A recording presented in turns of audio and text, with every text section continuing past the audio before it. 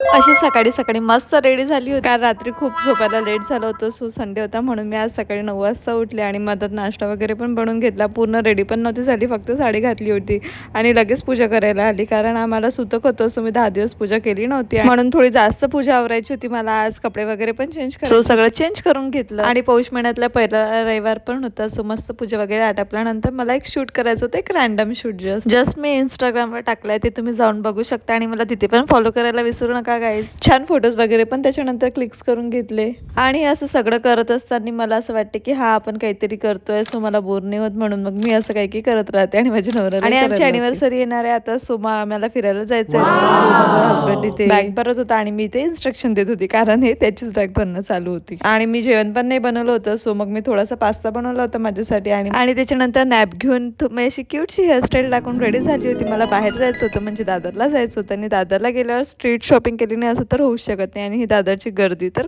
कधीच कमी नाही होत. आणि मला अॅनिव्हर्सरीचं गिफ्ट पण भेटलं होतं आज आणि ते काय घेतलं हे मी तुम्हाला अॅनिव्हर्सरीच्या दिवशी सांगेन आणि स्ट्रीट शॉपिंग काय केली हे पण मी तुम्हाला नेक्स्ट व्लॉग मध्ये दाखवेन. आणि पटापट सबस्क्राईब करा. चला बाय.